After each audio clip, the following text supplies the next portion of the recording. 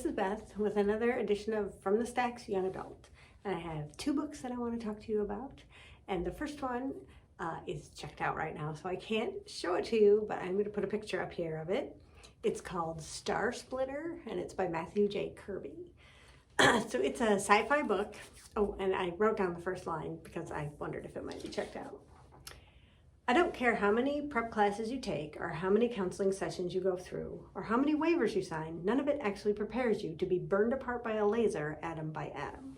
So this is a sci-fi story, and it's about a technology that's kind of like a transporter technology. So in one place, they scan your body with this laser that measures everything down to the atom, and then they send the data somewhere else, wherever, across the universe, and there you are printed from that data. So like a 3D printer, they print you. And you're exactly the same as you were when you were scanned. And by the way, when you're scanned, it destroys your body. So there are not two of you, just one. Anyway, so Jessica Mathers is the main character, and it's told from her point of view. She's an 18-year-old, and her parents left when she was 11 to go, they're scientists, and they went to go study the stars. Well, she hasn't seen them since, and she kind of resents that. But now they're moving to a new planet to study, and they want her to come with them. And she doesn't really want to go, but she does anyway. So she gets the transporter to go to where they are, and she expects to wake up on this ship that's orbiting the planet with her parents and lots of crew members. But she wakes up, and she's alone, and there's no one there. In fact, she's not even in the ship. She's in a lander, and she's on the planet. Anyway, so trying to figure out what's going on is kind of exciting. And this story is kind of told in a before-after sort of format. So you see what happens after she lands, and then you go back to what happened before and how that happened. And sometimes I don't like that, but I think this author did it really well. The story really unfolds in a nice, satisfying way. Again, I liked Jessica as a character a lot. She's got flaws, but she really shows some growth through the book. Anyway, a very fun, fast-paced book to read. Okay, the other one I want to talk to you about, I do have. It's this one, and it's called Imogen, obviously, and it's by Becky Albertalli.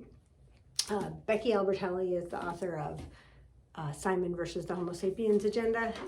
That book was pretty popular, and they made a movie out of it a few years ago. She's a really good author. I will read you the first line. I haven't quite unclicked my seatbelt, but I'm getting there, obviously. So Imogen is an 18-year-old senior in high school, and her two best friends are queer, and her little sister's queer, and she loves queer movies and books, but she is straight. But she's a really good ally. She is going on her spring break during her senior year. She's going to go visit one of her best friends who's a freshman in college, not too far from where she lives. So she's going to visit her friend Lily, and when she gets there, she finds out that Lily, who has a really nice friend group of mostly queer people, has told all her friends that she and Imogen were girlfriends in high school. Well, I guess the reason is because she was kind of intimidated when she first got to college, and so she made up this backstory of having a girlfriend. Well, Imogen understands because she's a super nice and very supportive friend, and she's like, fine, whatever, we'll just go with it. But then she meets one of Lily's best friends, Tessa, who's queer also, and she starts to maybe have feelings, and then she wonders if maybe she's really not all that straight that she's always thought she is. Anyway, the book is really good. It mostly takes place, you find out what Imogen is thinking, that she's kind of not sure about herself, and that she doesn't want to step on anybody's toes, and she doesn't want to presume. And she's very supportive of her friends, but maybe not always so supportive of herself. But she really, really grows through this, and she learns about herself and about her friends. And I really liked this story a lot.